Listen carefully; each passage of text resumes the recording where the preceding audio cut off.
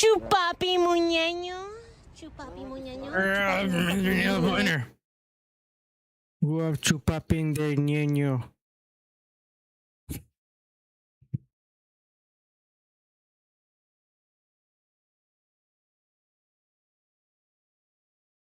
Give me a quick sec. I want to quickly clean up the keyboard. Oh, let me get Stream Avatars up.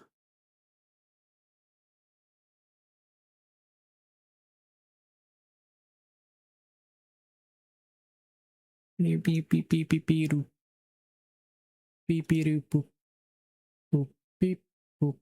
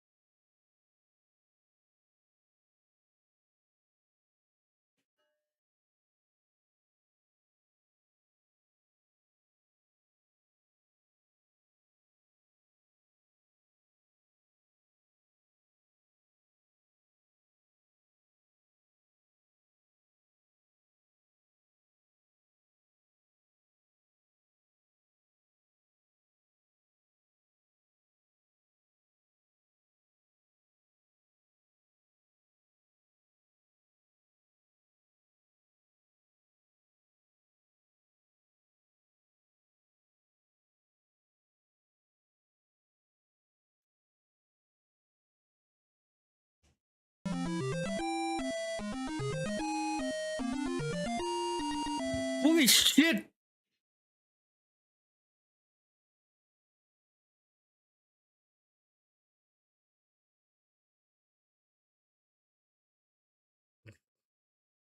One second.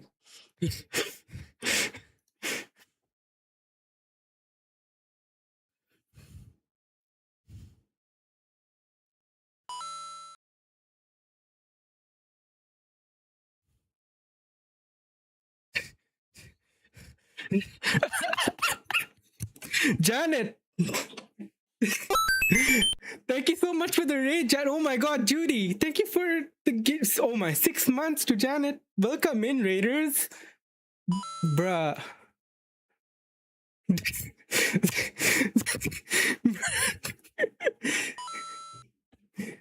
Brother, I haven't even properly started yet. Thank you for the raid, Janet. Appreciate it. Bruh, no, hot. I was cleaning my keyboard because it was a little slippery. Sounds good. Thank you for the raid. Well, raid, oh great, he walked away. Take care, Janet.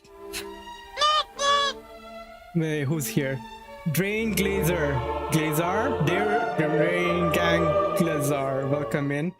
Hello, how are you? I am under the Bruh, water. you're scaring the Please people help away. me. There's too much CEO of HTMX, raining. yes, the one and only. You saw someone else? No, that's not the real CEO. That's not the, don't trust them. I am the CEO of HTMX. Don't believe Nightshade, dude. Someone's trying to buy out HTMX, and I'm they can only get it under the condition that they offer us $1 trillion for a 1% stake.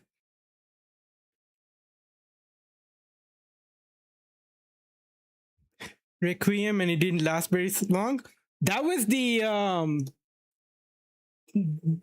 Pirates of the Caribbean Jack Sparrow theme. It's sick. I'm in a Pirates of the Caribbean mood right now. Speaking of, I did buy Black Flag so I can relive it again. What happened to the download? Oh yeah. Oh yeah. I don't have many web projects at the moment. I don't know anything about HTMX. But down the road, after I'm done with Rust book, I shall read the Hypermedia Systems book and actually learn what my company is about. As a C-suite, all I do right now is just like set the tone, culture, and the vision.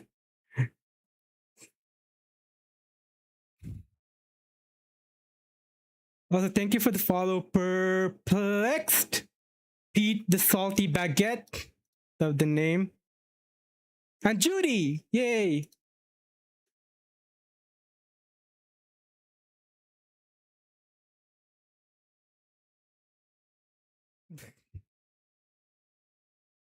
How was Janeta's stream? Heard HTMX usually makes you slowly like Visual Basic. Hello, souls. Haven't touched Visual Basic in years. Abu's avatar for Janeta look just like her. Oh, isn't this Elliot from Stardew?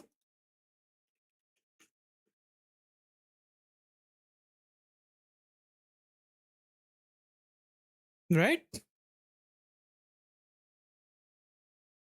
That's Elliot, right?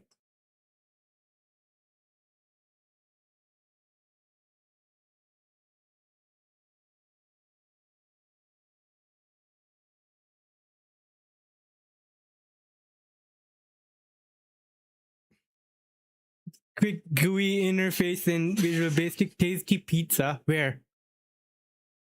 Give me a quick sec. 1 sec.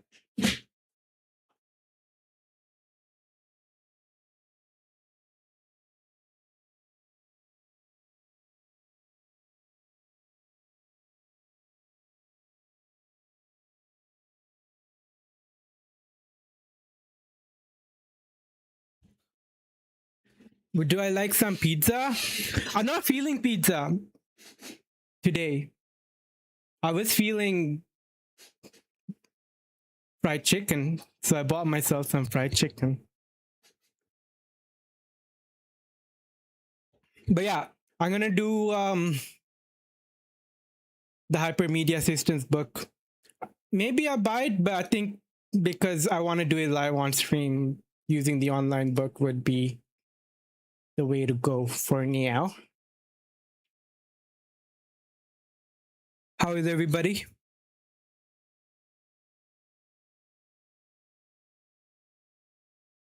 Song of D's and Nuts? Ooh. How are we feeling just playing movie themes today?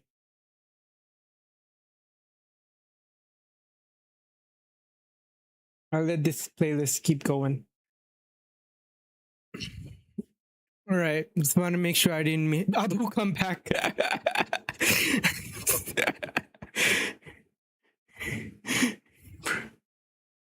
Where's the cat?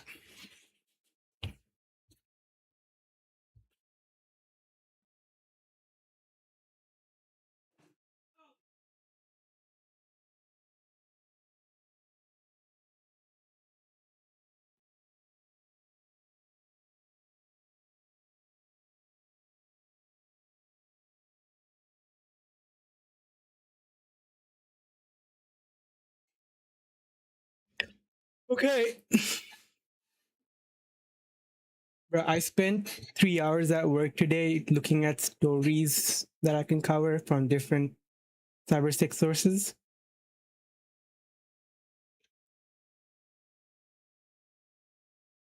And then at the end of the workday, at the stand-up, I was researching threat intel, how to tell them it has nothing to do with X.com.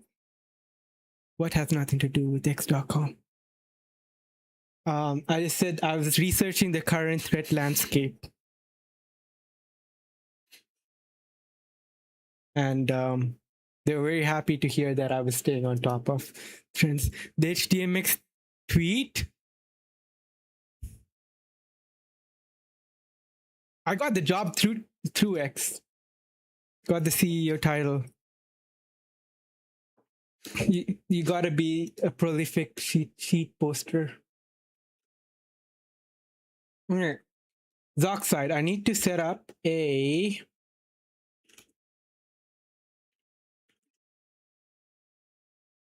alias.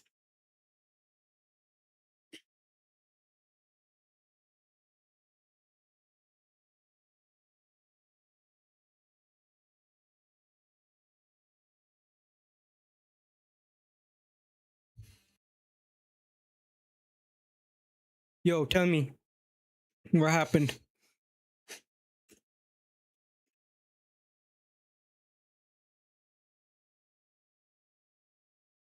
No, wait. I love the expand.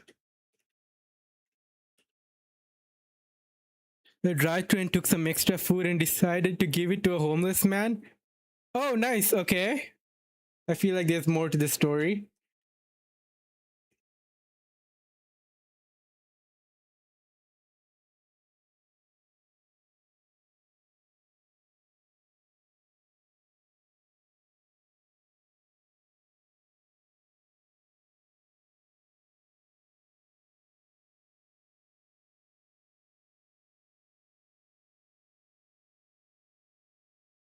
Why doesn't Zoxide work?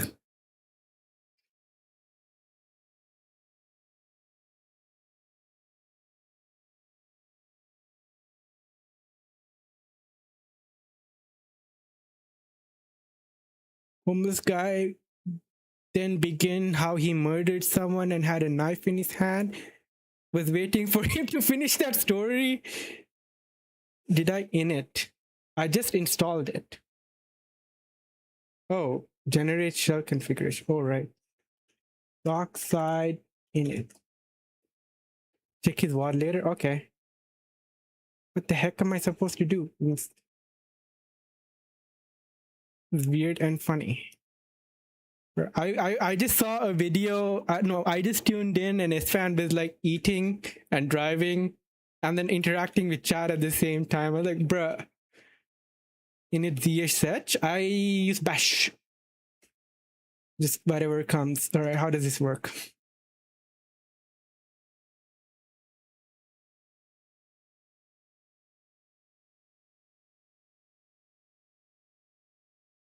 Add this to the end of your config. Okay.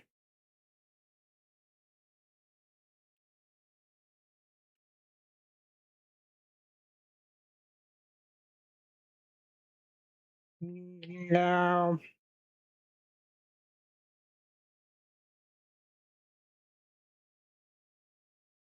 Bruh.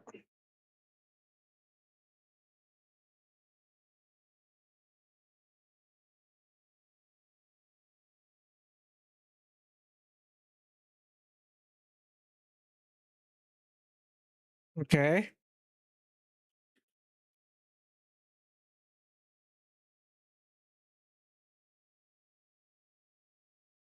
Unrecognized sub command.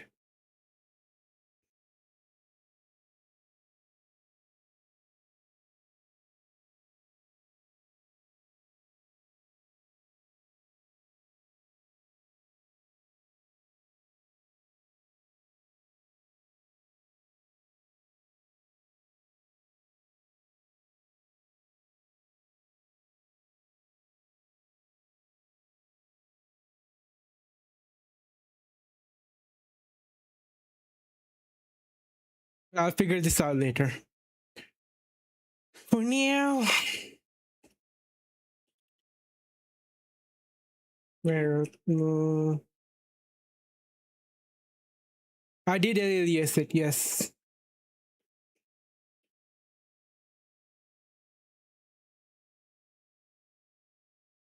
Pa-pa-para.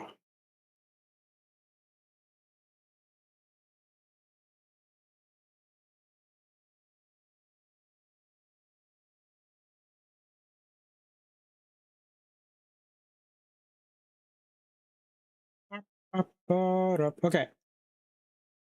I want to do a little bit of rustlings, and then I got a couple stories. You can get some out of the way. Kitty name? Atlas. Atlas.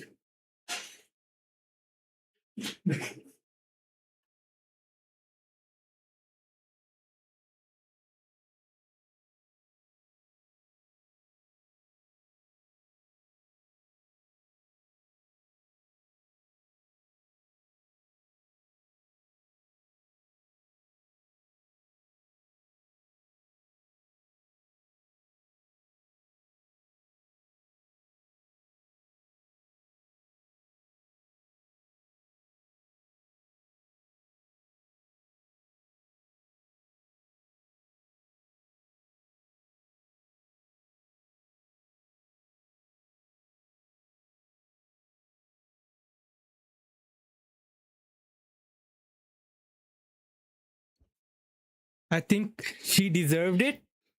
I did. And it's a him. Or he's a her. He's a him. He's an old man.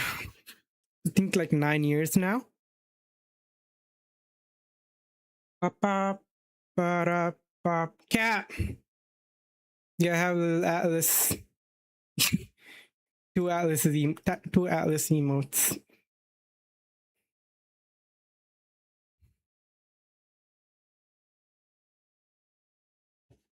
Okay. Open another shell.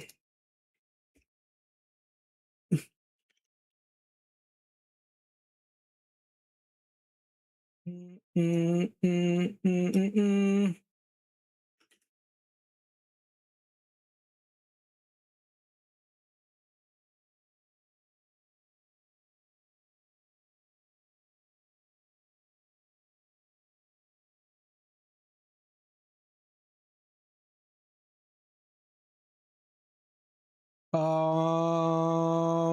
Move semantics 5. Did I not finish that?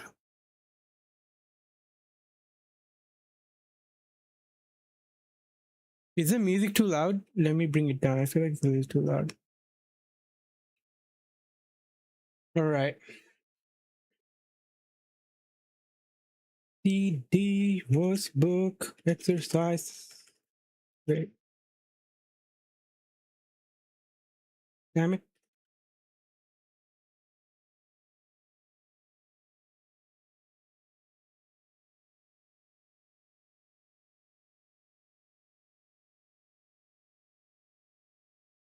What the heck is this?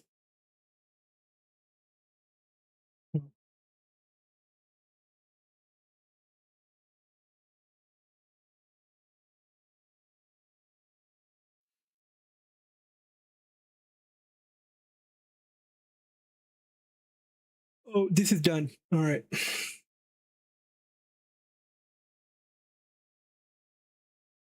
Guess it is 07. Struct. Step bro, I'm struck. All right.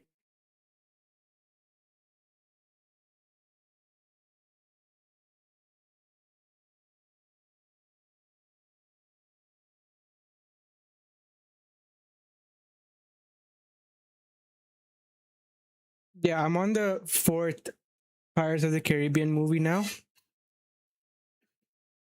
I'm in such a mood. You're so good.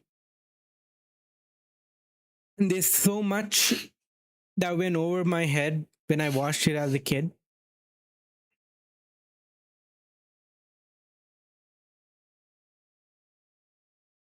I'm still like trying to recover from the fact that I got raided by Janet.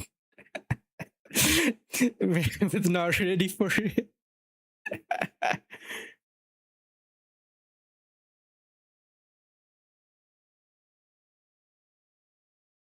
I'm like, I couldn't even introduce myself. I was just so like thrown off. Well, the next time, um, I'll introduce myself.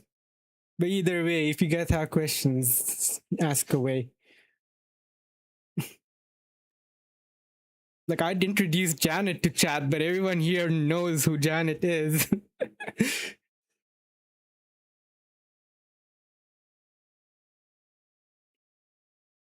Great series. Oh yeah. Did you see like the couple of stories I like listed out for this week? I don't know where to start, which one to do today. We'll see.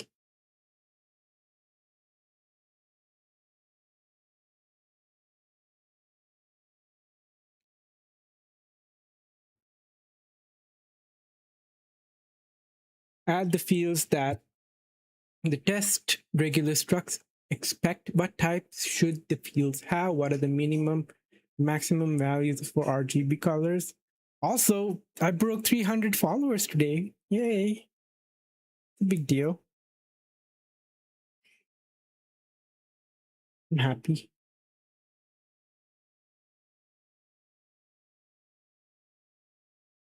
Yeah. Hey, thank you for the follow, Drain Gang Glazar. I hope I didn't butcher your name. Add the fields that the test tuple structures expect.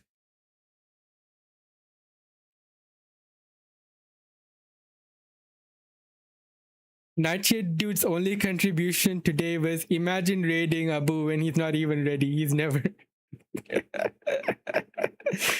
And then we are all the CEO of HTMX.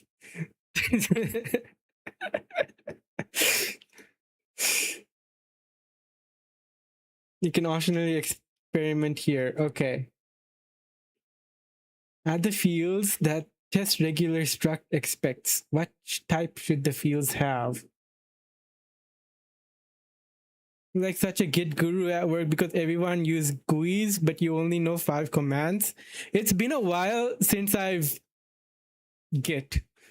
So far I've been, because I'm not a dev. I don't really make code changes. I work in security, and I mostly do like config changes straight on the server itself. And even that, like recently, I have been very hands off. I really don't like the cloud, but everyone's using the cloud now, so I'm more on the cloud console. So it's like either GCP cloud console or OCI. Not fun. And then the firewall. And firewall is like you're not even going to the CLI anymore. Everything's on, unless you're doing something advanced. Everything's on like a GUI. Yeah, and I'm doing more managerial stuff. So most of my day today was spent on Excel. I was looking at like RBAC on OCI, copying all of the. I'm only in the CLI. That's why people think you know what you're doing. GitLab Mr. Create. Yeah, and I'm on the CLI for my own stuff. So like when I'm on the CLI on this server, and people think I'm super productive when I'm doing it, but like I'm putting time into my stuff. But yeah, I'm doing more managerial shit. And when you're at that level, you spend more time on Excel. It's not fun. Not fun at all. Okay. Add the fields that the test regular structs expect. You just configured an RC file. That's not trivial. Yeah. Yep, I understand. But my chat thinks I'm a noob, so I keep justifying.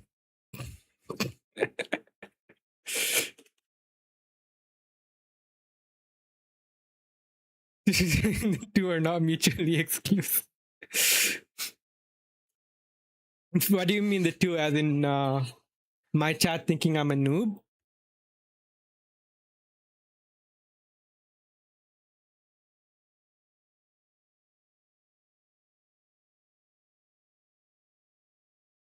A productive noob, yeah.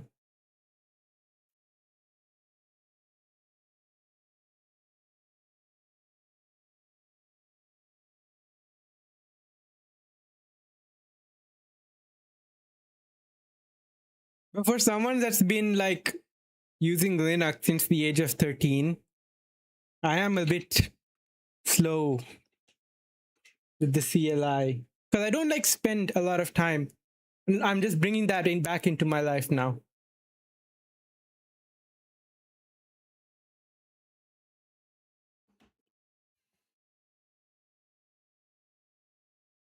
Thank you. It's a pleasure to meet you, Shock Dota. Or Shock Dota. Shock Dota. Also had Linux as your first OS. Well, I jumped into Linux after Windows XP expired. Shock Dota. Nilfan, did you see the trailer for not trailer, the teaser that Marvel released today?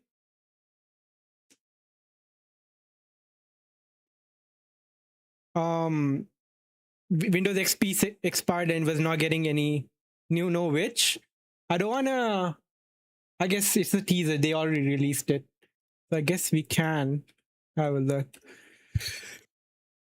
So I wanted to install an OS that I didn't pay for.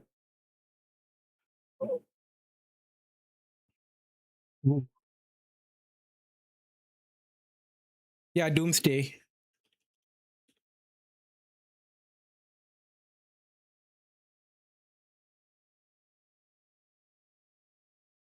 This is a teaser. First teaser. Yeah, this one.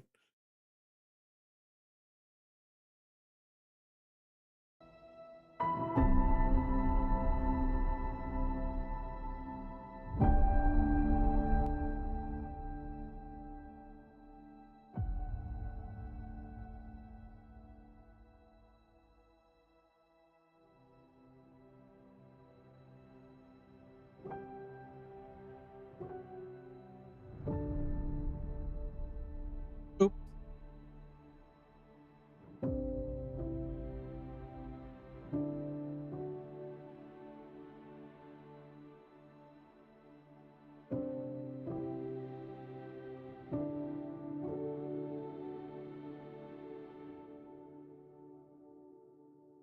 It's a baby.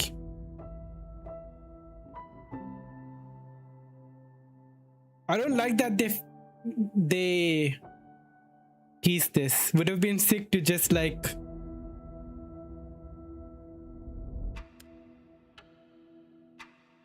how this happened in the movie itself, and it would have blown our minds. But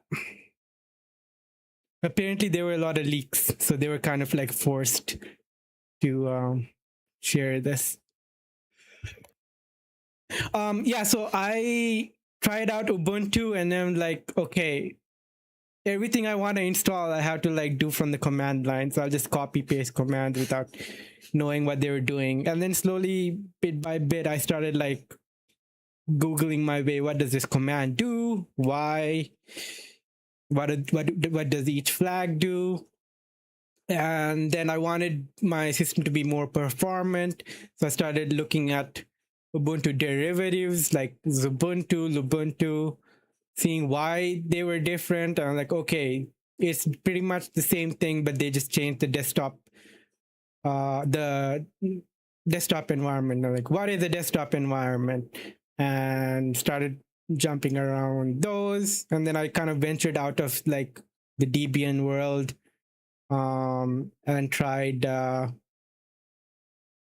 Arch-based derivatives like Manjaro. So I just distro hopped. Now I'm happy with just Arch. But Arch takes too much configuring. So now I like Omarchi's like defaults. I don't like a lot of the branding and the bloat that comes with it, but they make it really easy to debloat it as you like. So on my little like system from 2014 that has 8 GB RAM, I'm running Arch.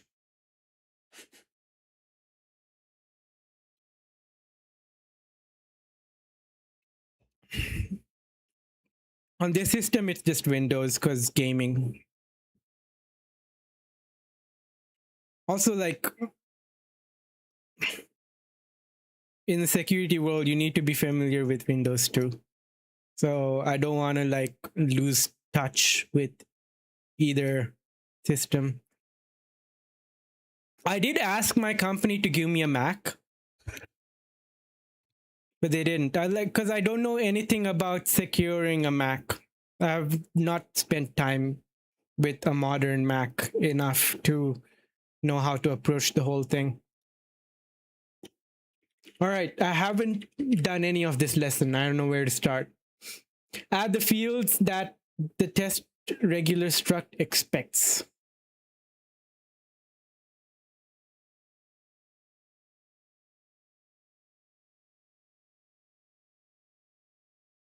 Green dot red, green dot green, green dot blue.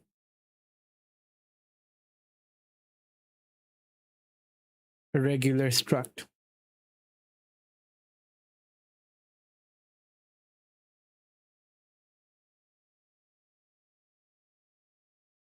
What type should the fields have? What are the minimum and maximum values for RGB colors?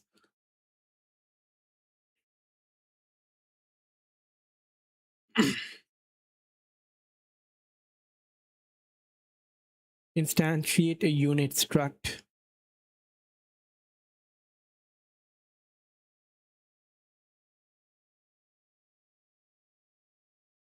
Color tuple struct. Add the fields that the test tuple struct expects. Right, this is they ramped up the difficulty since the last lesson. Do I have the Rust book handy?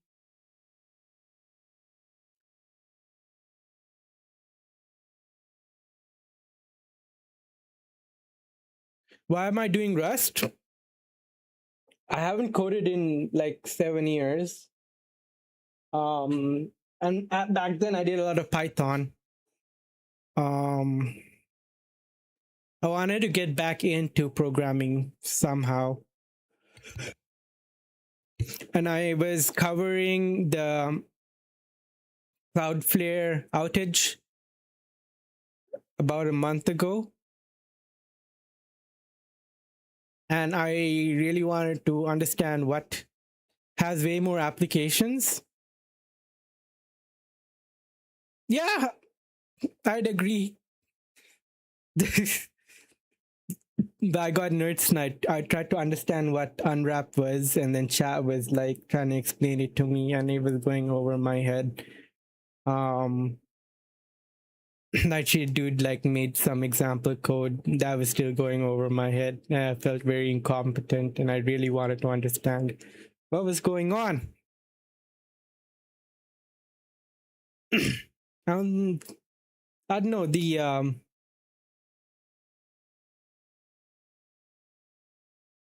as like Chad was explaining it to me, I started realizing like it seemed like this would be a good challenge to pick up, because it's completely new to me, Rust, or like at the time it was completely new to me. And with other languages like Python, Java, C, I've played around with it a bit back then. The jumping back into it is boring.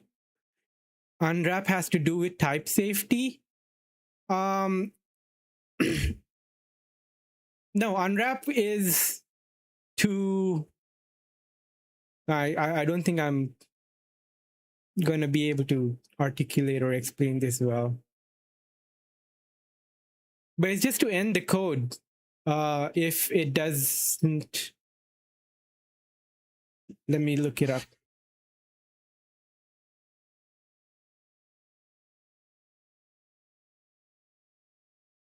Actually, used on option result to extract the inner value, it will cause a panic if the value is none or yeah. So you're just forcing the code to just like end when there's no value. This is not supposed to be used in production. It's more of a test. You understand why what it does and why it breaks. It's not very specific. Yeah.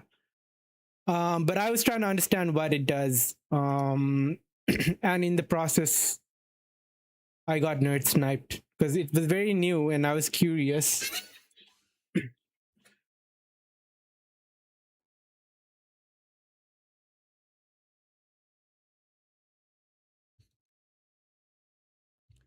You like, and it's called Maybe Not.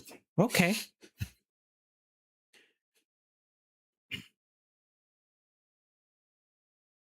But yeah, I did a lot by Rich Hickey. Sounds good. I'll have a look at it. Maybe Not by Rich Hickey.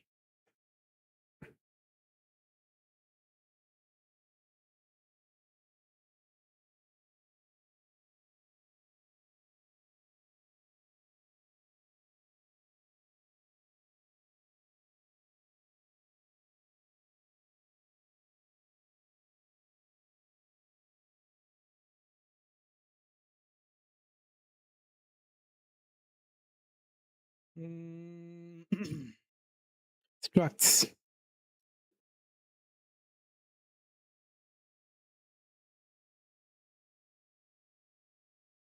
Minimum and maximum values.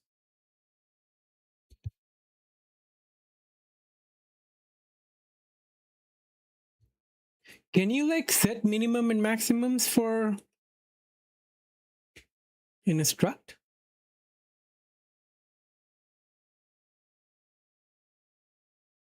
Are the fields that the test drives? You dislike types? I mean, compile types so much you just can't. Yeah, I mean that I haven't done much. What is I haven't done a lot of programming that required types. That's why I like Python. And in cybersecurity, it was just playing with data, right? So I was just happy with using static typing. I was just happy using Python. But I feel like I want to write. I want a challenge. I want to write more strict code and performant code. Is running your code only helpful thing? This is running string name gives you nothing.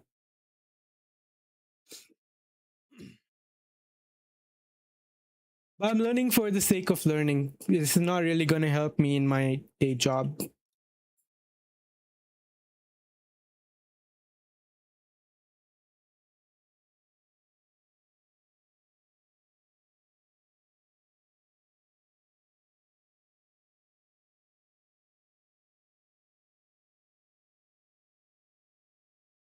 It's important systems programming. Yeah.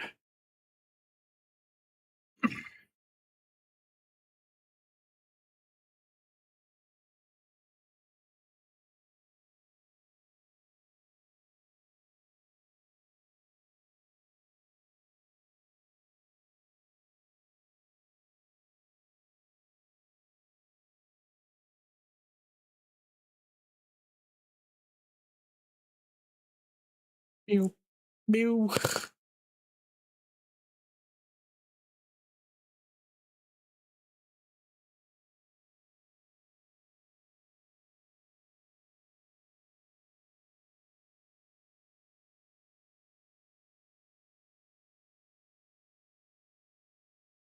Closure.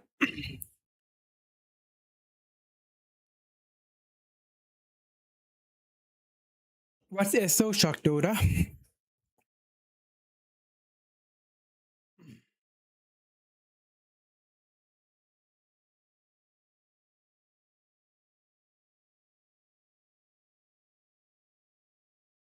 Oh, what's SO?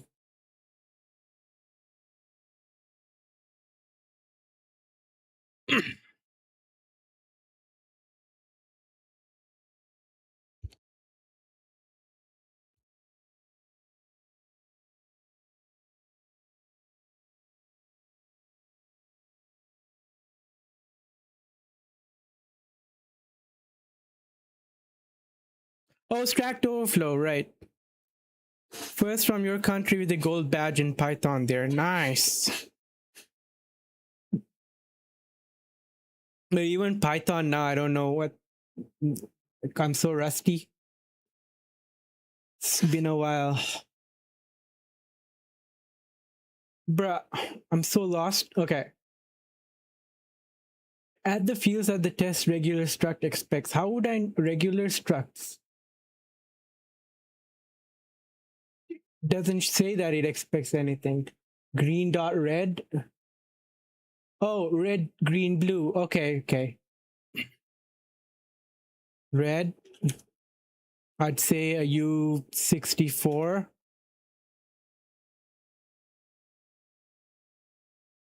U size. Green. U size.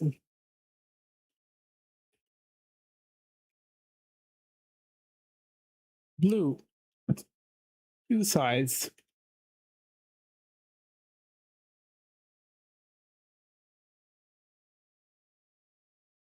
Is there a way to set a maximum value?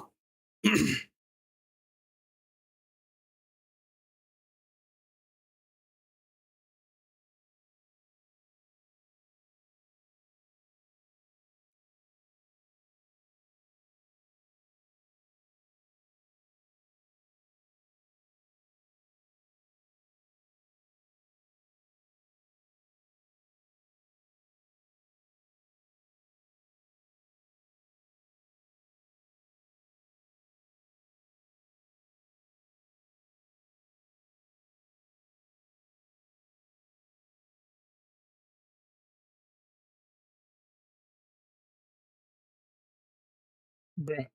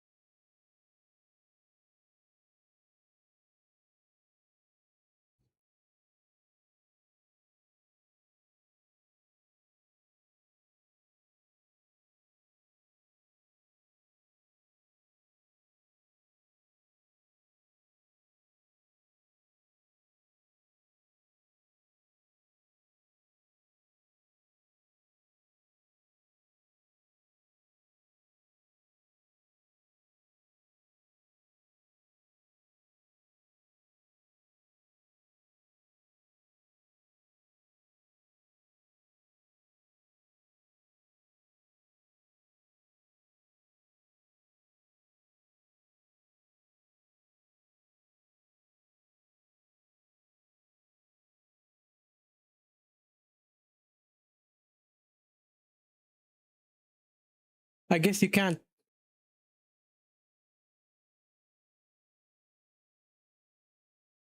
You said the constraints elsewhere.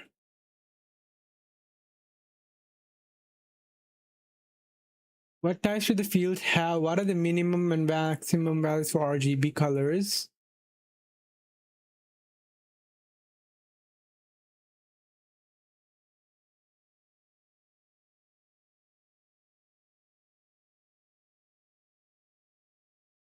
Interesting.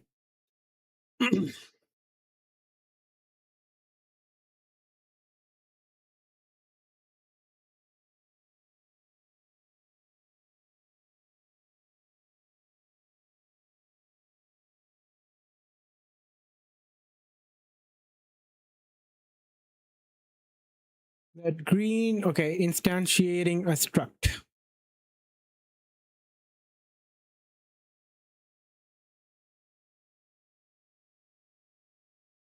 Because main problem with comparative, they have nothing to do with your business.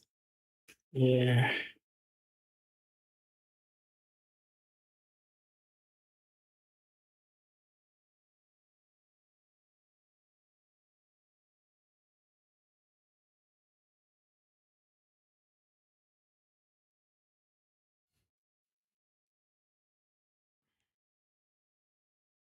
You're done ranting. My take is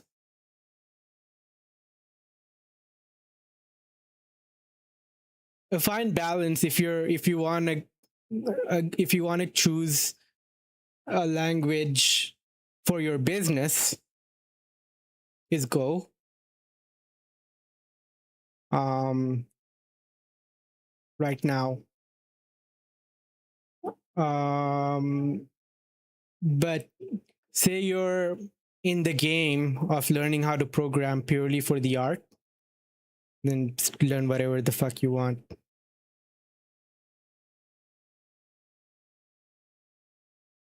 Use a lot of Go today. Neat.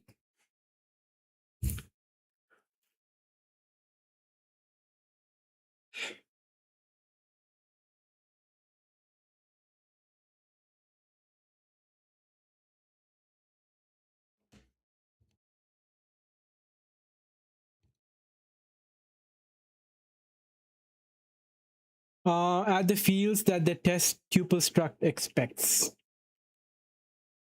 So this is a tuple.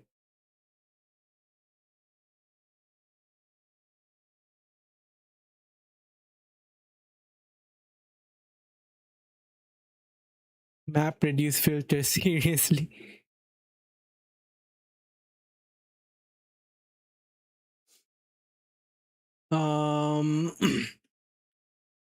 Okay. So I guess it would be wait, tuple. Do we do tuples in this lesson? I32, I32, I32. Okay, I'll just do a use size, use size, use size.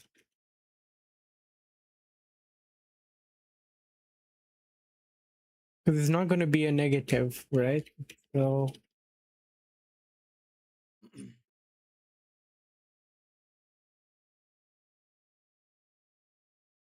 regular struct. Okay, now when it comes to instantiating something,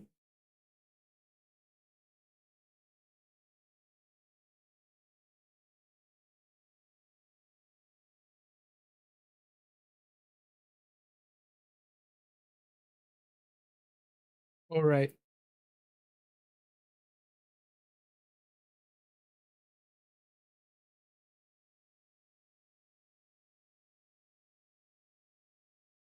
Red,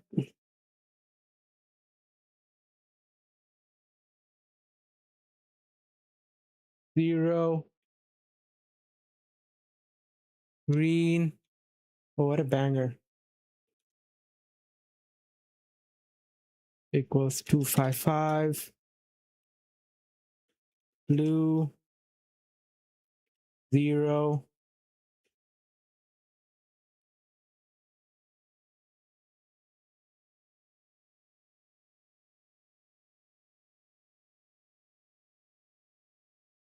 Equals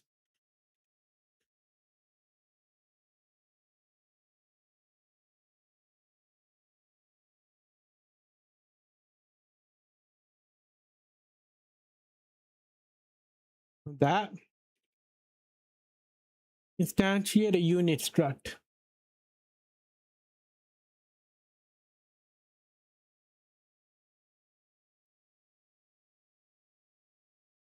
Why is this stream so popular? Tell me right now. Hello, Luke. Welcome in.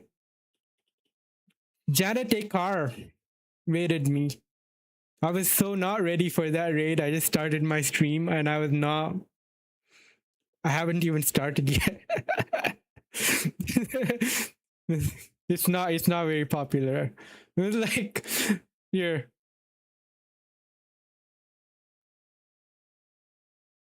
Abu, come back. 198 raiders.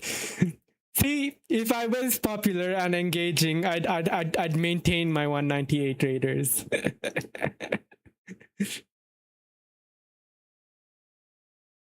How much money did I bribe Janet?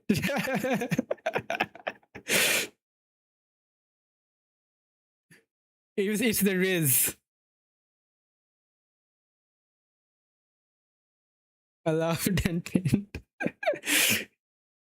We're doing good. Luke, how are you? I saw you were live today, and when I clicked, you ended. Your nephew told you about Riz and about Skibidi? You know how 6'7" is a thing now? People are like, what the heck is 6'7"? It's so stupid.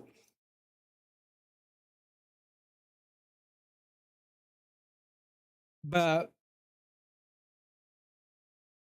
history tends to repeat itself. It's absolutely brain dead. Bruh. There's an XKCD. Relevant XKCD. Mathematical Society 2025 meeting. Any other new developments from the year to cover before we wrap? Oh, the teens picked a new funny number. Oh, I'm glad they're still doing that. Deleted your account for a picture of a dog. What? What did you? What happened? I'll add it to the list. So 23 is from like, where is it?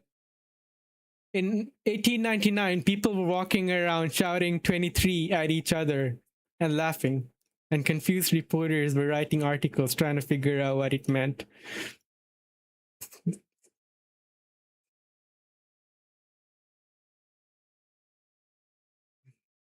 Is this picture of your dog?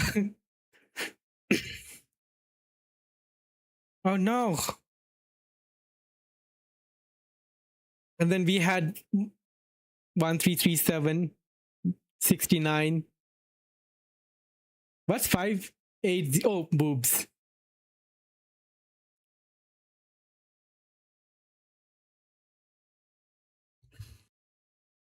All of Aqua's songs are a banger.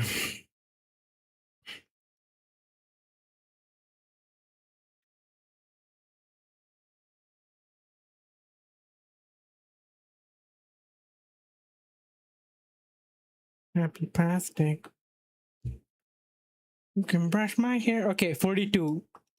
Oh yeah, Hitchhiker's Guide to the Galaxy.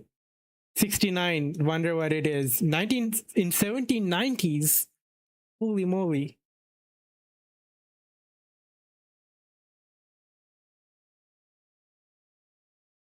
Boobs. 6'7".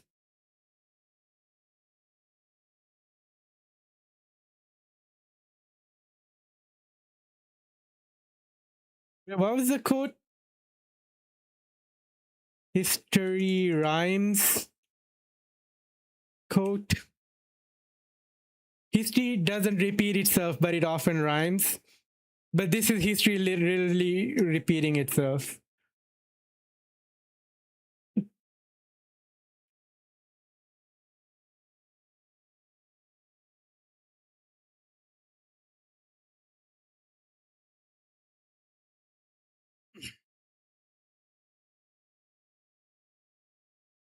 Okay. Let's see if this works.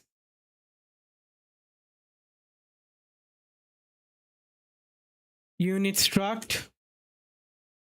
What is a unit struct?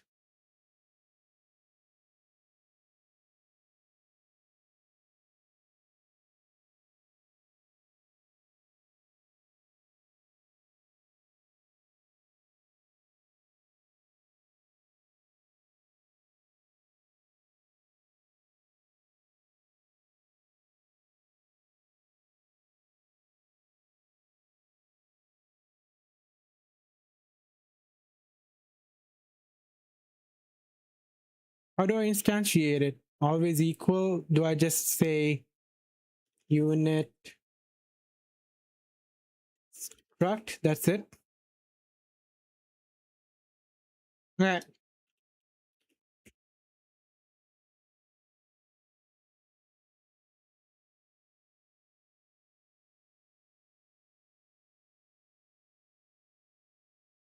Not found in the scope.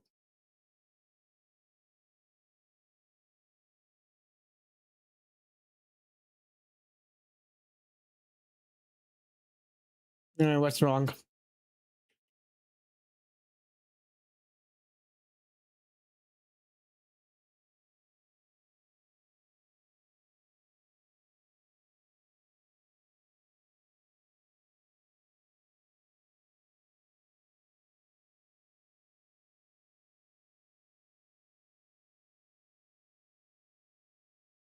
Cannot find the value green in the scope.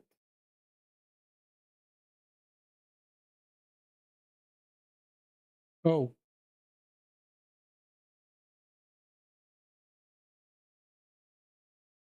I need to do that.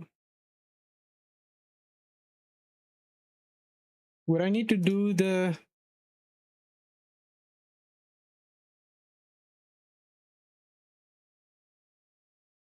Yeah, looks like it. Yeah.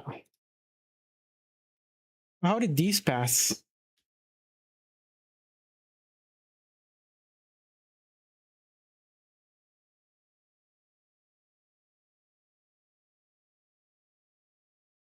Color help a struct with similar name exists. Oh.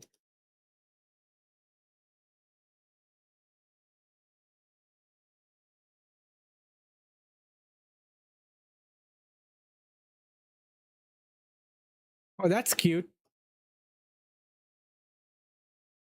That's why I like the compiler, Rust compiler.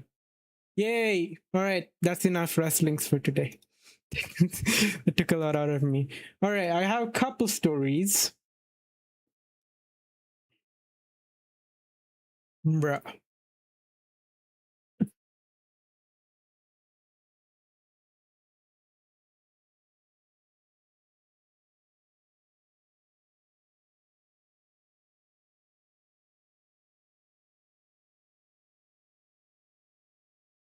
I guess we can do them in order, but for now, we'll try two.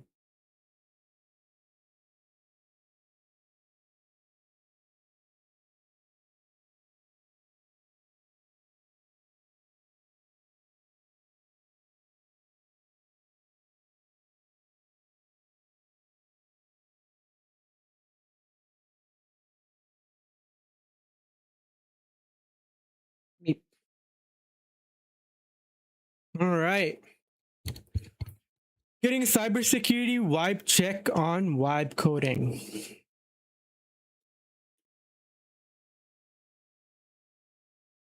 Following a number of high-profile security and development issues surrounding the use of LLMs and Gen AI to code and create applications, it's worth taking a temperature check to ask, is this technology ready for prime time?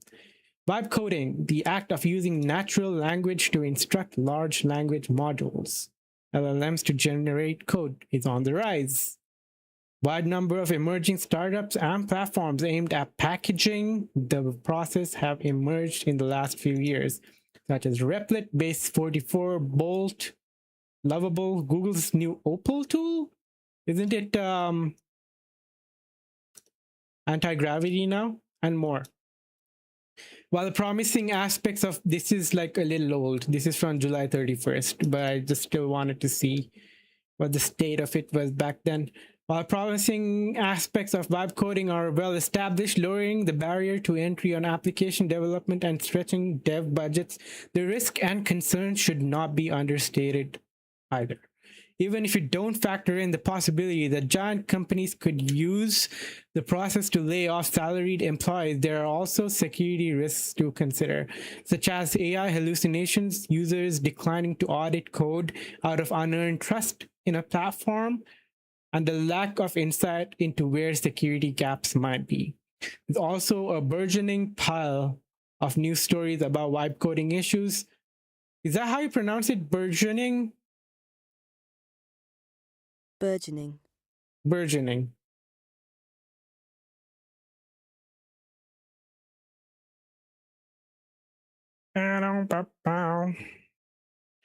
Of news stories about vibe coding issues, a venture capital investor described how, in the process of spending many hours using Replit, the application was having apparent hallucinations, lying, and incorrectly describing its own capabilities. Base earlier this week discovered a flaw in Base 44 that gave unauthorized users open access to any application. It has been patched. And researchers at Tracebit divulged a proof of concept security exploit for Google's just released Gemini CLI AI coding agent that can exfiltrate sensitive data to an attacker-controlled server in its default config. While none of these things condemn the practice of AI-assisted coding, the number and scale of security issues surrounding vibe coding raise multiple questions, such as, is the technology ready for prime time? Okay, Drew Strebe, the Vice President of Data Engineering and Application Security, good song. Application security provider Black Duck tells Dark Reading that while vibe coding marks a seismic. Oh right, I'll get the right song.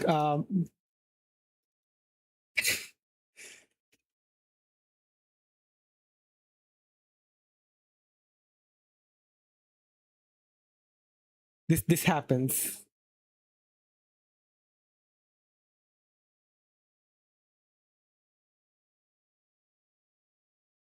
I need to look up more Aqua songs. Dr. Jones, Roses Are Red are good. What else? API, yeah. API, oh,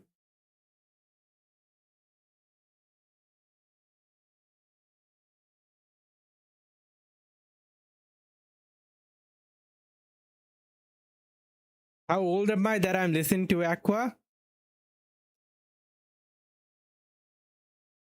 I was born in September 1997.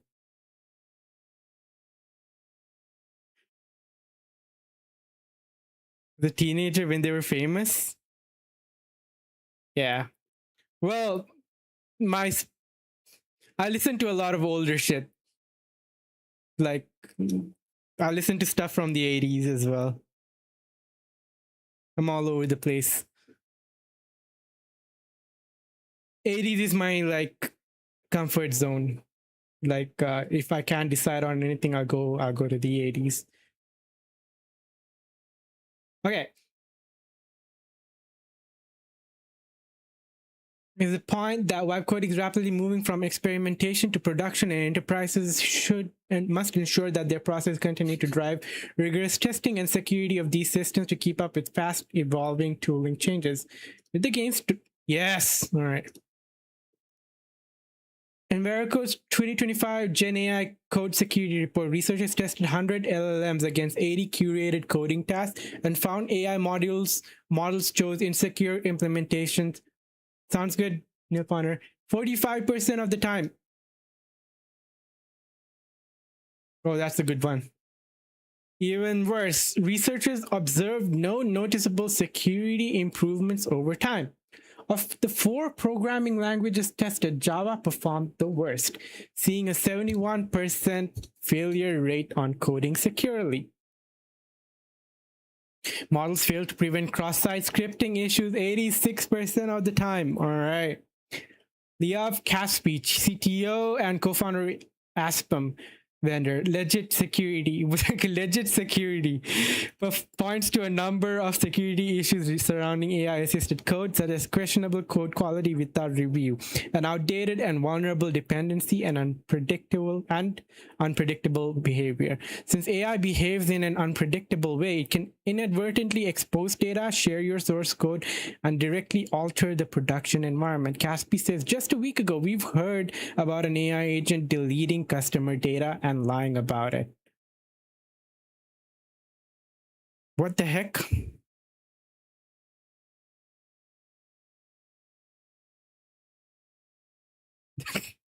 Let me...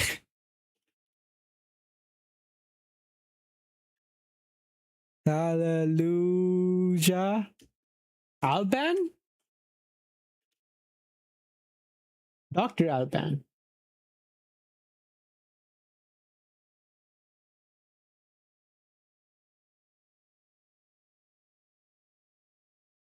This is a banger.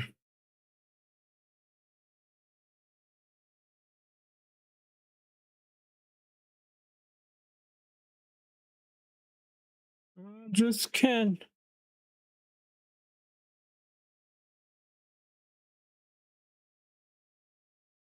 Raid message poop? Raid message poop? Hell yeah! Oh! Let's freaking go, souls! Thank you for the... Bruh, 2 iconic people. 2 iconic raids today. What the hell? Oh, also, why didn't this not work? I'm supposed to get, like, follow messages when someone follows me on chat. Let me get that enabled. Actually, let's finish this and work on that. Welcome in, raiders. Thank you for the raid, souls.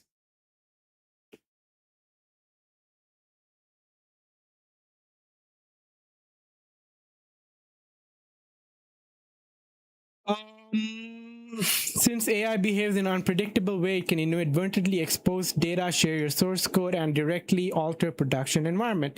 Caspi says, just a week ago, we heard about an AI agent deleting customer data and lying about it. William Rayner, Director of Security at AI Consultancy.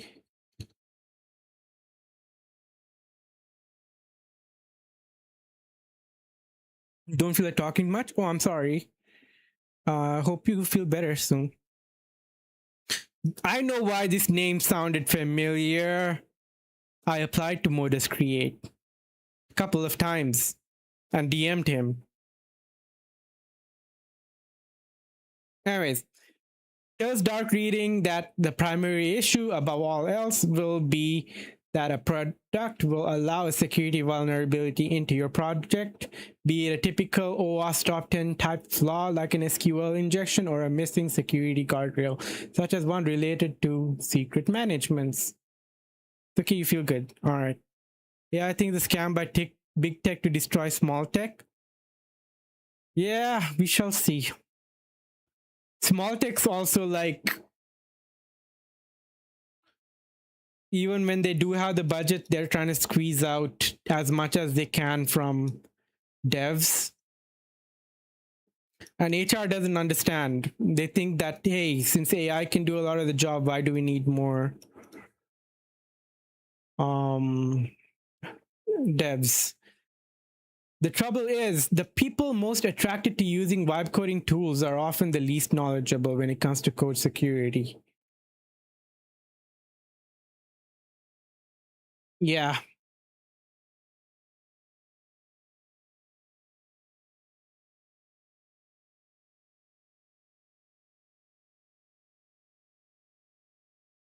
Give our agent access to your code, bro. Yeah.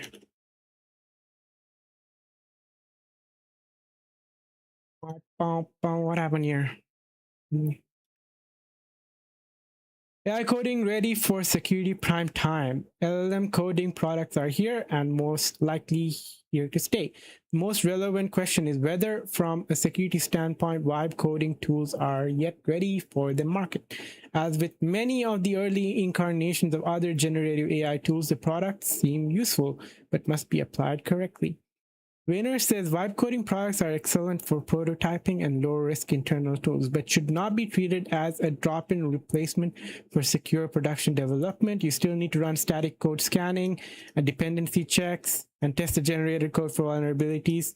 And of course, in an ideal world, we would want at least one human code reviewer to Bro, ideal world, we need.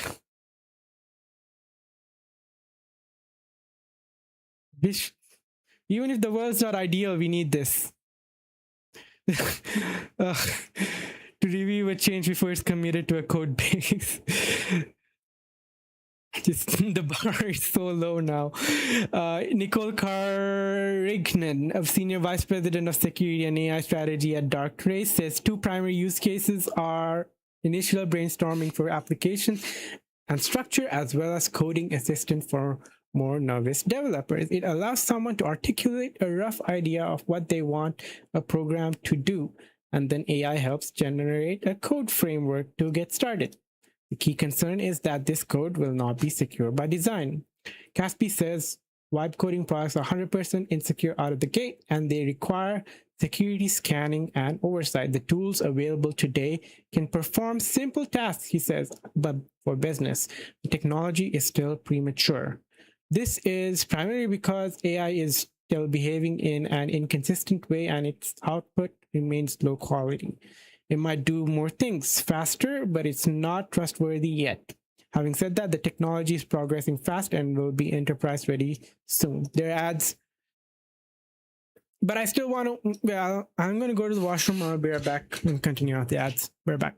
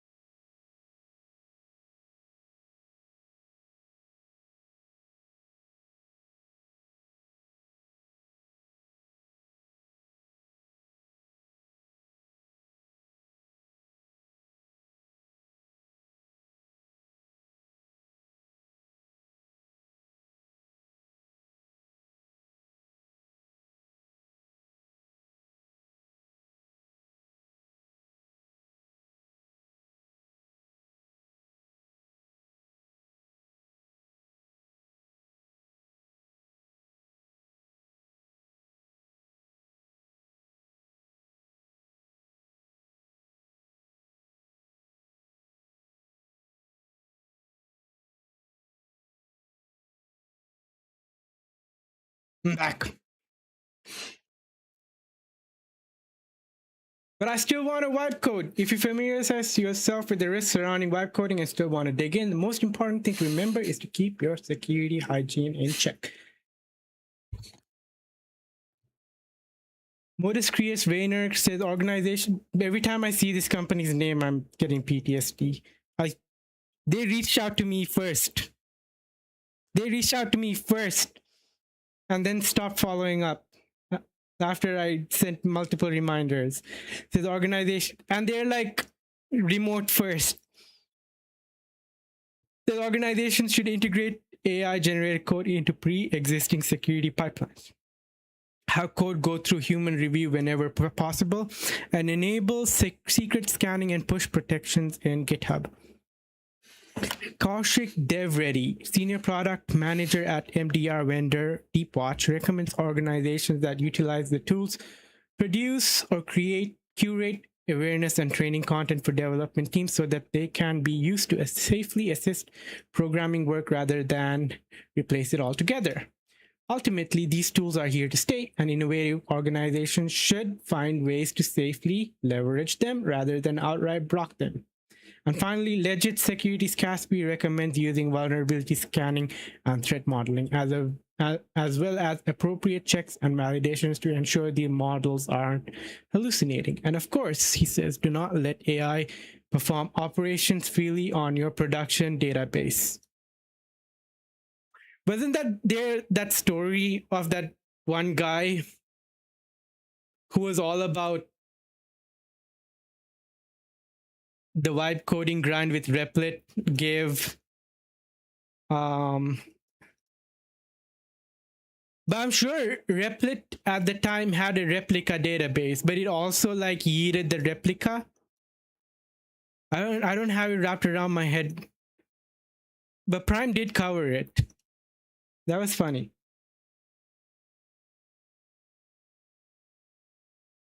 All right. I want to cover this because this is very relevant to where I'm at, Saudi. Do national data laws carry cyber risks for large orgs? When international corporations have to balance competing cyber law firms from different countries, the result is fragmented, potentially vulnerable systems. National data localization laws are creating more than just compliance issues for companies. They are also potentially opening cybersecurity gaps that attackers can exploit. In recent years, laws forcing companies to keep citizens' data within the borders of their home country have become popular among powerful countries. China enshrined such a rule into its laws in 2017, and the EU did so the following year. India, Russia, Saudi Arabia, Nigeria, and more have all followed suit. So yeah, there's the push for sovereign cloud.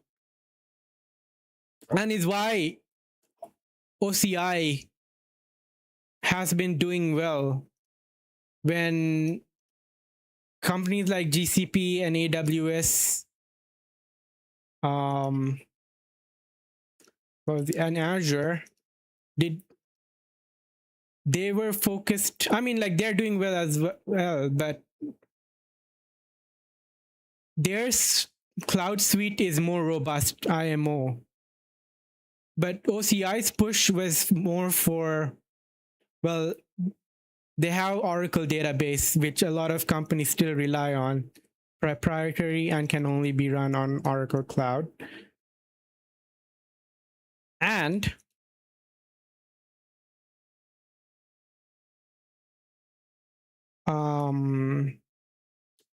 they spread faster than the rest. They focused on countries that wanted sovereign cloud. One of the first of big cloud in Saudi was Oracle Cloud. AWS, GCP have established a presence here recently, but it's still a hard sell because they don't have a DR. They didn't have a DR until recently. So there'd be like one zone But if we wanted like to fail over to a different area, like that wouldn't be affected by any physical harm. It needed to be in a separate like city. Data localization is sold as privacy and cybersecurity boon for citizens, and perhaps it is.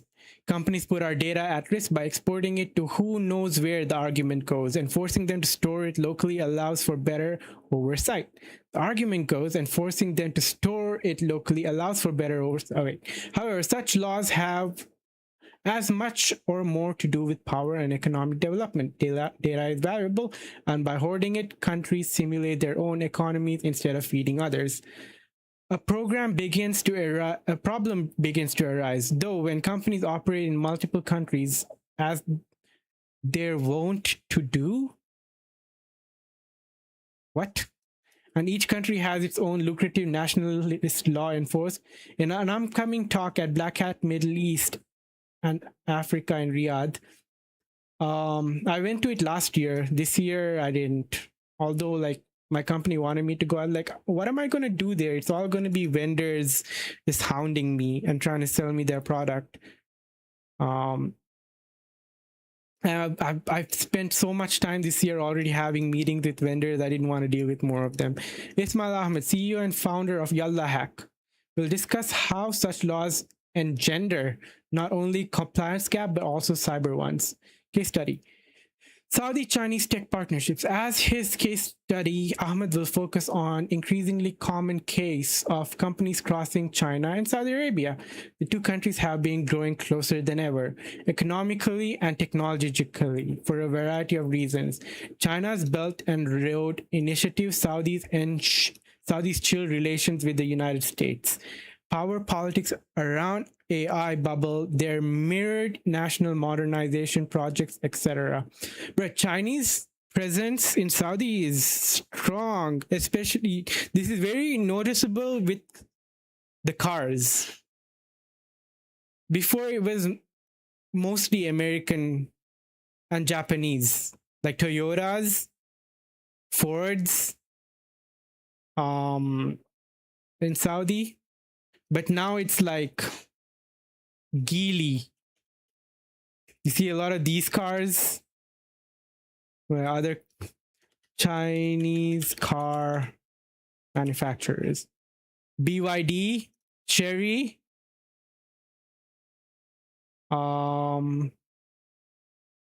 like I see a lot of BYD. They make EVs. Geely owns Volvo, Polestar, and Lotus. The heck? I see a lot of Chery and Shangan. And I've been in those and they're quite nice. They are quite nice.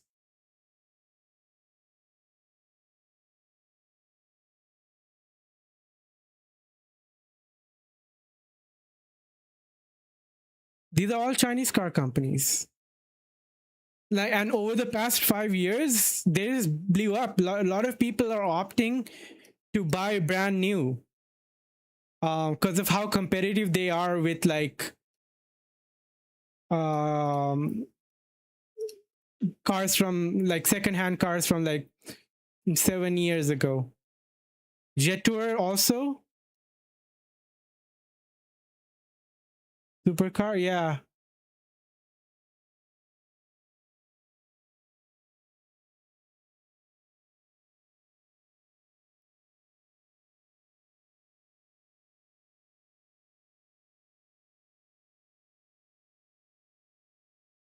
So a lot of middle class people are opting for Chinese.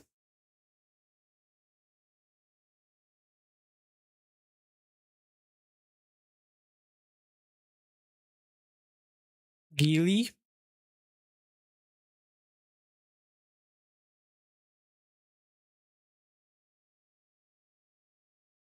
Chery.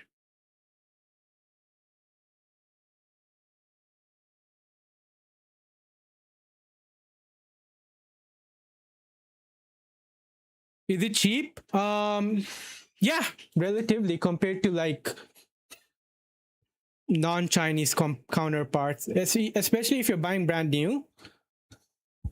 You'd notice like the difference between like buying an American or American versus Chinese.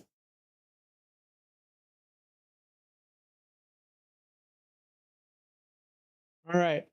In the last, let's say, 5 years, there's been a huge investment of money by Chinese investors wanting to enter Saudi Arabia and UAE. For example, when it comes to smart cities, when it comes to AI, when it comes to cloud computing, 5G tech, a Saudi-born university student in China, most visibly major Chinese tech companies like Huawei and Alibaba have moved into the House of Saud, but he reports that more than 400 Chinese companies today play an important role in Saudi economy. Also, Ahmed adds, Saudi Arabia is not just importing, but they're working at the same time to co-create technologies in China. Also, before Oracle came in, Oracle, AWS, Azure, GCP, Huawei already had data centers here. Alibaba already had data centers here. Also, like, you know how like there's the pilgrimage that happens in Mecca? So like it's, let's just say, Mecca pilgrimage in 1920, right?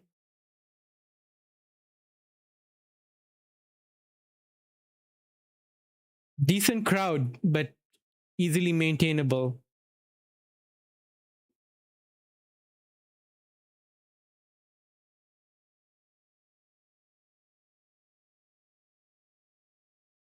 This is a nightmare to maintain. So they made like extra floors, a lot of work that goes into like allocating. This is in Saudi, yeah, this is in West, in Mecca, not my country, the country that I live in. The country that I happen to be in. But yeah, the AI that does crowd management is all Huawei owned. It's powered by Huawei tech.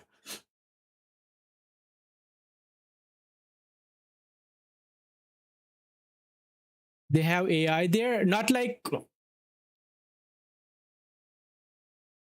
I guess like I'm oversimplifying it, but the algorithms that they use to calculate like where people are in different areas of like the mosque. And it's not just the mosque. During Hajj, you're like doing a long pilgrimage across the Hajj path.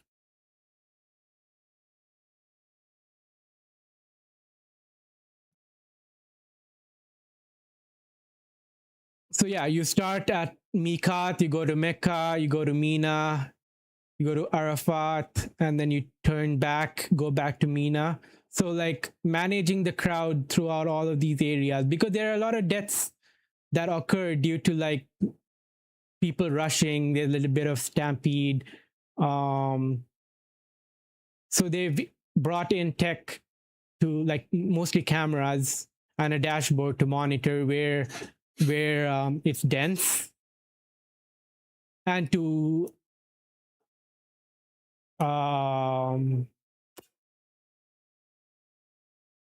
of instruct the guards. There are a lot of guards that will stop crowds and like traffic management, right? It's all Huawei powered. So not just importing, but they're working at the same time to co-create technologies in China. Upside the side, the job of complying with both countries' strict data laws can be a headache and introduce all kinds of unnecessary cyber risks. Consider Alibaba, which entered the Saudi market in the form of Saudi cloud computing company. Today, Ahmed points out, they have two different platforms. If you open their website right now, they will give you a website for international users or the website for Chinese locals. They have separated their systems in order to comply with every country's needs, requirements, and regulations. It's not just logistically difficult to create and maintain parallel, distinct IT systems like this. Ahmed said it's a recipe for cyber risk. How compliance conflicts create cyber ones. In a document shared with Dark Reading, Ahmed argued that tensions between national data laws can inadvertently or intentionally create vulnerabilities such as unmonitored data flows, lack of local audit rights, or reliance on third-party maintenance channels that act as de facto backdoors. Thanks to legally ambiguous, conflicting, or unnecessarily complicated contractual arrangements and operational practices. That was a mouthful. Of course, different sets of IT systems require more systems and more personnel to protect them, and their distance stunts an organization's ability to perform centralized cybersecurity oversight or incident response. But more subtly, nationalist laws can complicate a company's ability to establish clear lines of responsibility, procedures, and policies across teams and systems. For instance, awkward situations can arise when a company in one country has to rely on a company in the other to store their data, manage it, or in some way or otherwise help it comply with local laws. Depending on the nature of those contracts and the laws that govern them, the company entering that new territory may lack full and complete rights to audit and secure their own data. And while some sorts of data have to remain in one country or another, plenty of other data will still have to travel. Otherwise, unnecessary third-party vendors and solutions might be required to help these data flows avoid running afoul or of local requirements, in turn creating the need for even more systems to monitor, log, and secure. In authoritarian countries, companies may need to partner with certain government-approved vendors. These vendors might enjoy privileged access to sensitive systems without 100% of the concomitant security responsibility the company might otherwise impose on chosen vendors. In this day and age, Ahmed says international organizations need a roadmap to manage conflicting sets of national data laws. Traditional perimeter security is insufficient. Organizations must adopt dual jurisdiction assurance strategies that proactively audit for compliance conflicts, enforce data flow transparency, and build resilience against systemic risks arising from geopolitical and regulatory misalignment, he says. He calls his particular solution set to be unveiled at Black Hat a dual jurisdiction assurance and compliance model. The real threat isn't just code, he emphasizes, it's a backdoor in the contract. Right. That was an underwhelming article.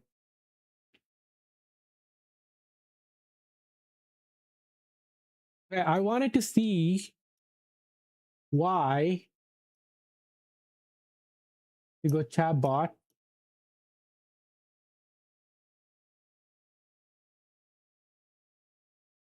When someone follows modules, roulette, raffle, nope.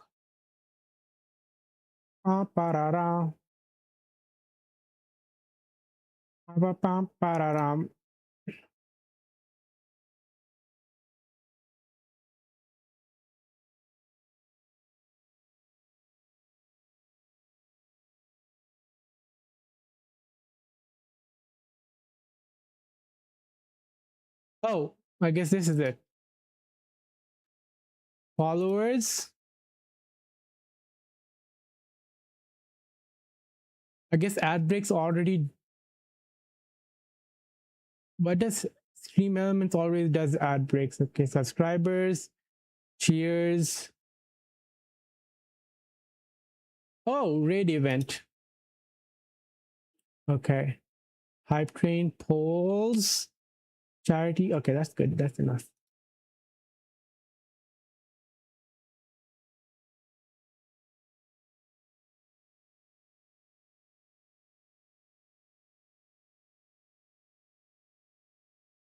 It's hot. We're back.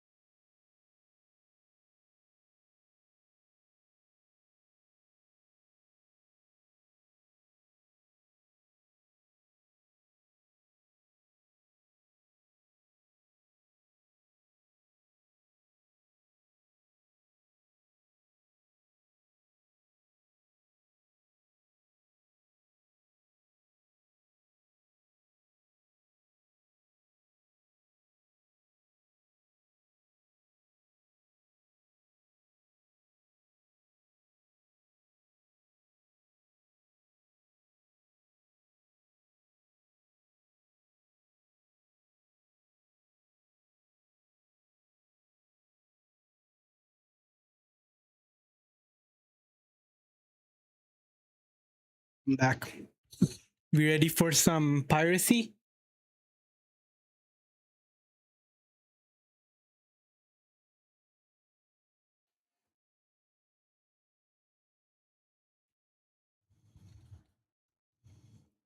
I refunded both our creators and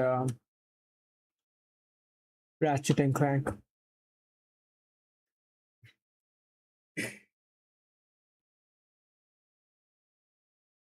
I already have like a big library of games to go through. There's a solid bunch of oldies that should run fine on my system. I don't really need to add more. Controllers not supported. Need to upgrade. We'll see. This is like almost 2 years now. We'll see. What do you mean controllers not supported?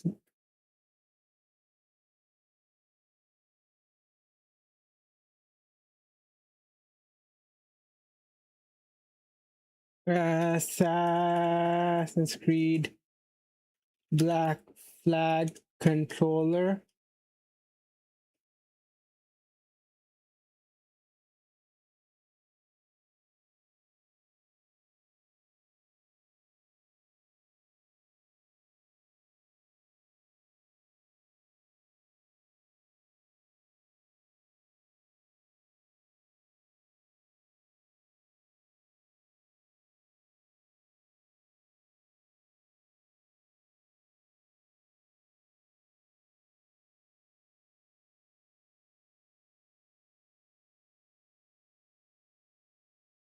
The hacky way. I have DS for Windows.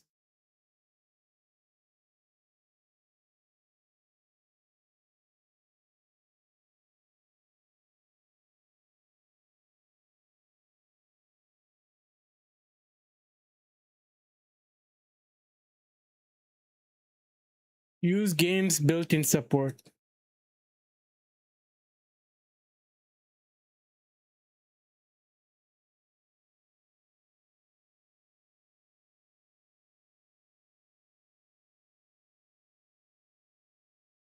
I'll just play with keyboard mouse. That's it. That's fine.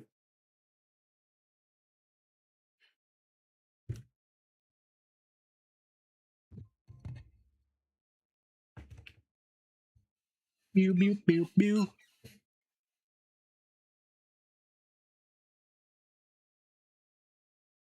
Would this work? Game Black Flag. Yeah. What the fuck? Don't steal this.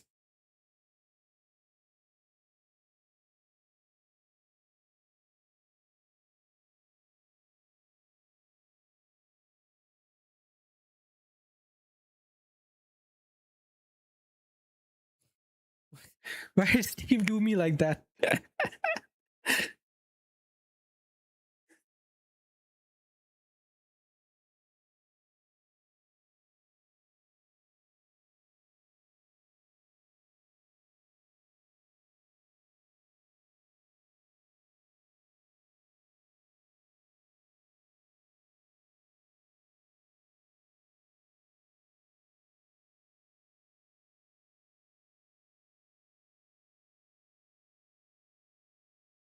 Oh, the auto shoutouts work. Did it work for Janet as well? Nice.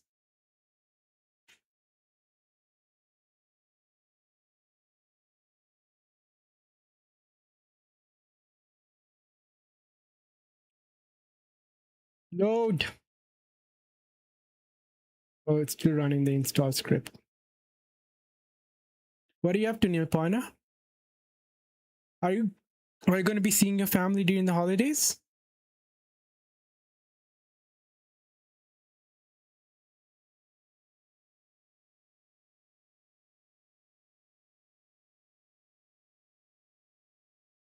Ba-da-da-ba-ba.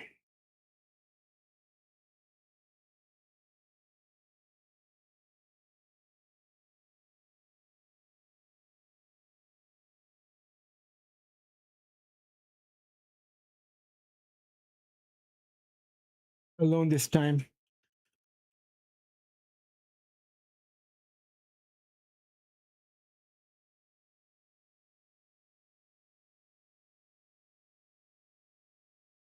Bruh.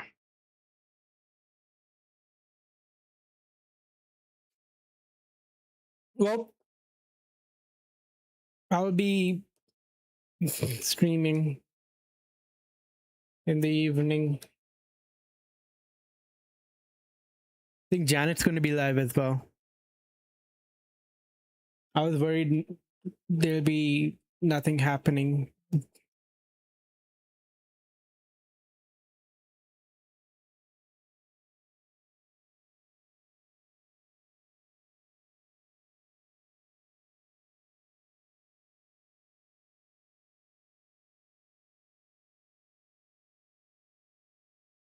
There's no game sound. Do you have any games lined up?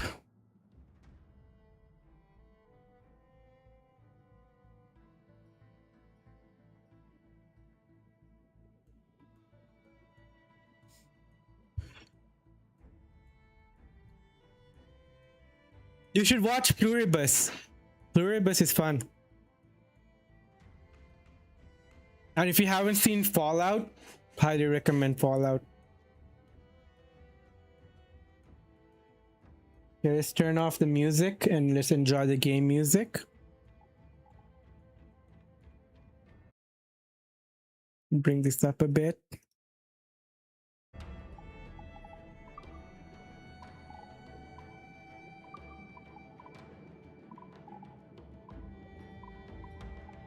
Subtitles on. Graphics. Yes. Can I not enable? Is it gonna like tab me out each time? Resync physics. Why not physics? Let's make it high. An old game, system should be able to handle it.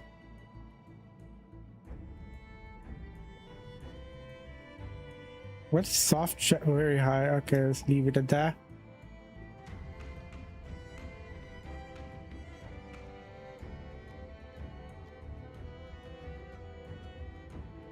I'll leave it at FXAA. Environment quality very high. We'll see if computer craps out.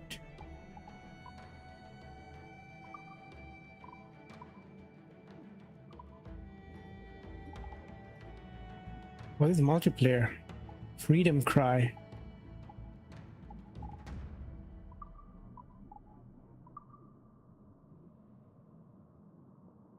Abu.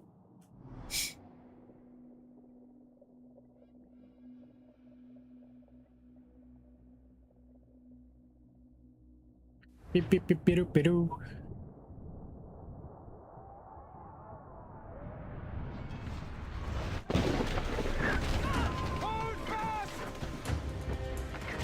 Oh, I might have to bring the settings down.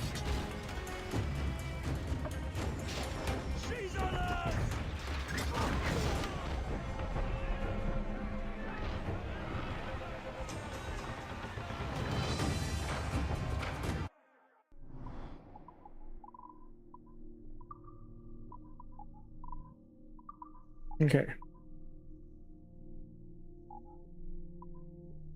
Hi. Hi. Padres. Where's the...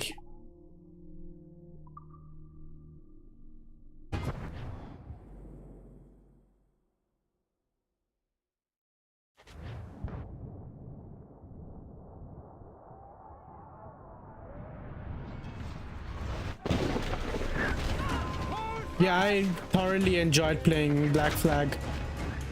When I was young, though, I don't remember anything about the game. Bruh, why is it 30 FPS?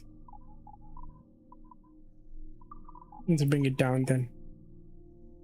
Normal, normal, normal, normal, after Valhalla.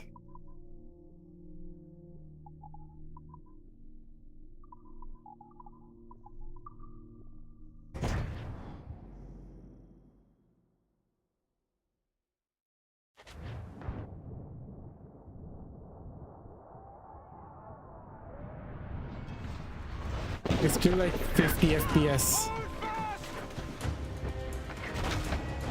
Okay.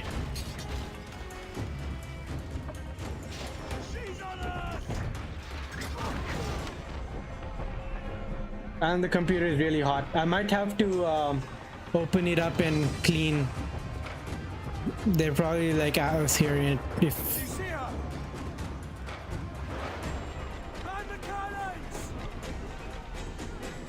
because this is unreasonable.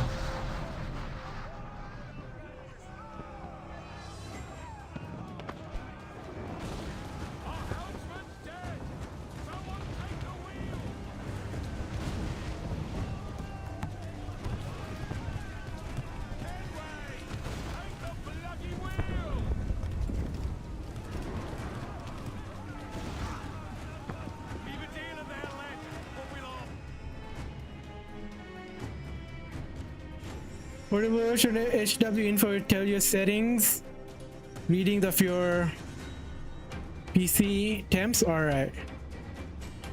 Thank you for that, Dad. Not a destroyer.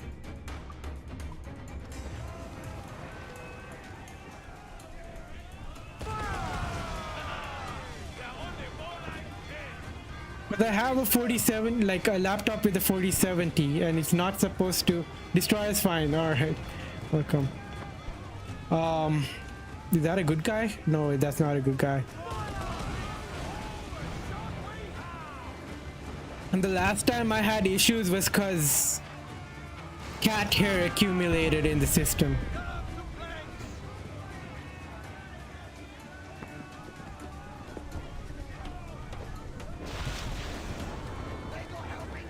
Yep.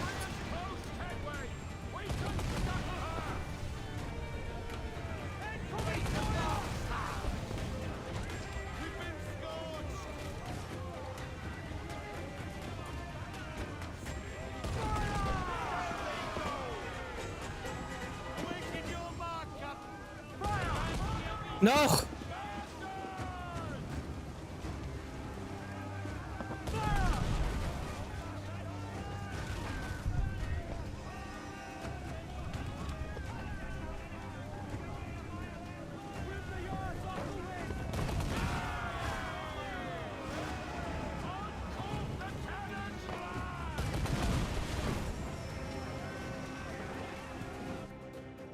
Sticky mesh in the fan's input? Yeah. Need to find a solution. Douse the flames! Get in there, you mongrel!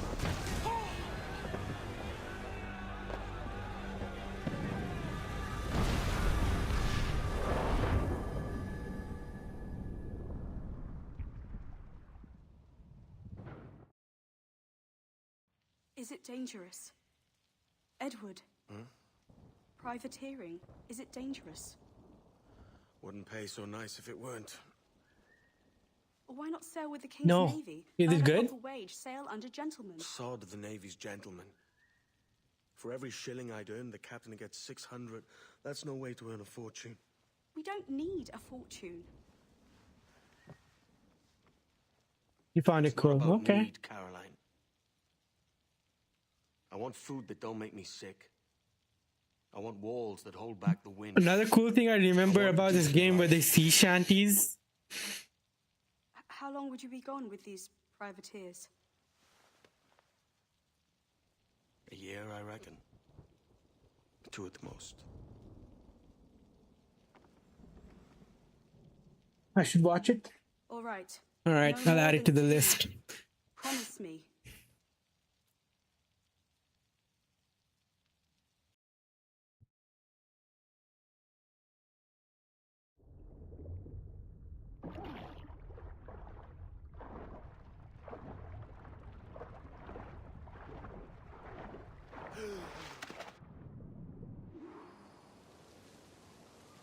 Okay.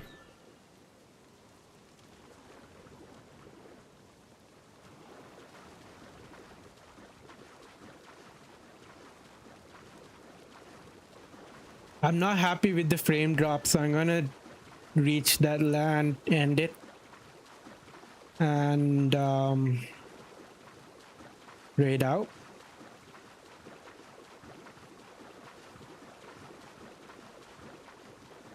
And I'm gonna open up my laptop while watching some Pirates of the Caribbean, and we'll continue tomorrow. I'll figure out how to optimize the game if the cat here is not the issue.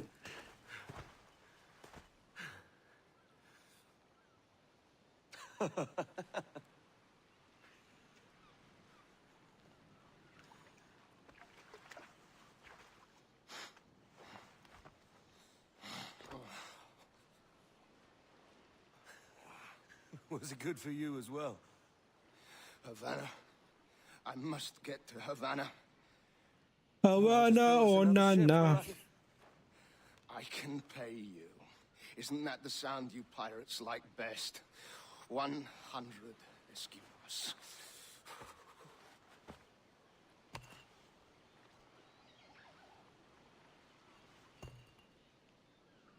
Keep talking. Will you or won't you? Yeah, it's very hot.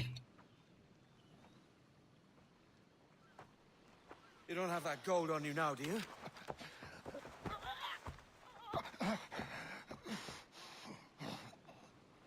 Bloody fucking pirates! It's wet. It's not gonna work. Wait, he ran away. Oh, he threw his gun away. Why would you do that? I'm on to you, Snakesby!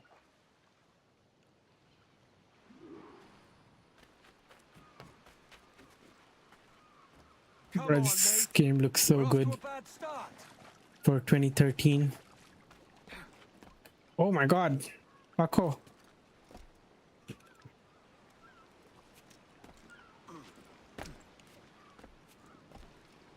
It's stuttering. We'll end it here.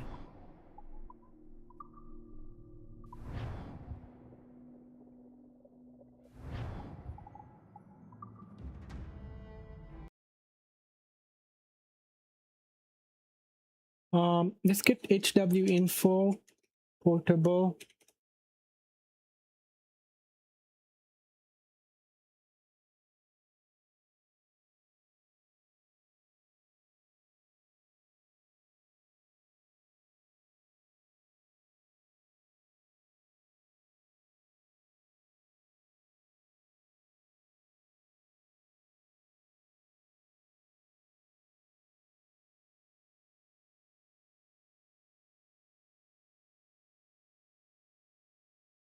You shortcut, you don't like background software running?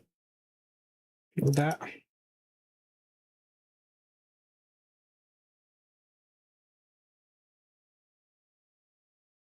See how hot the system is.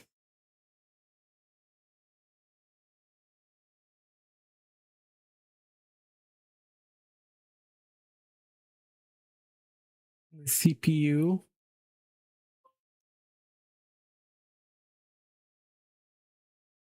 I see temperatures. They're full but personal preference. Okay. I'm very new to this software. There's a CPU. Video adapter. Can I see like our sensors? Temps. Look at that. I think it's the CPU that's heating up. Holy moly.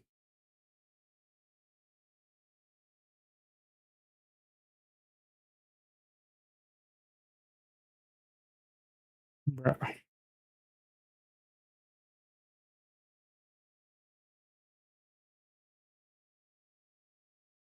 All right. We're going to open the system up. More CPU based, but still, yeah. I mean, like, it's an i9, like last year's generation. It shouldn't be struggling like this. Who's live? Who can I raid? So all Death 4 stream was live. Is he still live? I think so. Oh,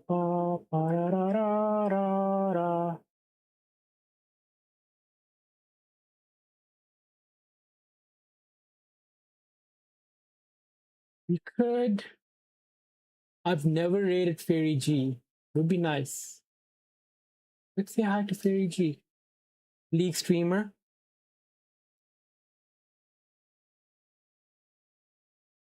He's cool.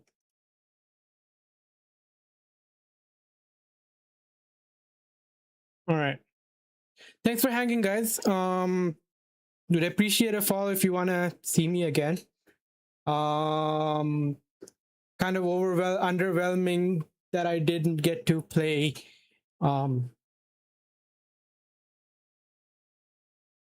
Black Flag, but hopefully I'll get it working tomorrow. Thanks for hanging. Let me raid G. What are we gonna say? I'm gonna say La Bubu raid. La Bubu raid. Say hi to G. Hope you all have a good rest of your morning, evening, night, and if you're celebrating the holiday, you know, cherish the time you're gonna have with your family. And see you all on the next one. Bye bye.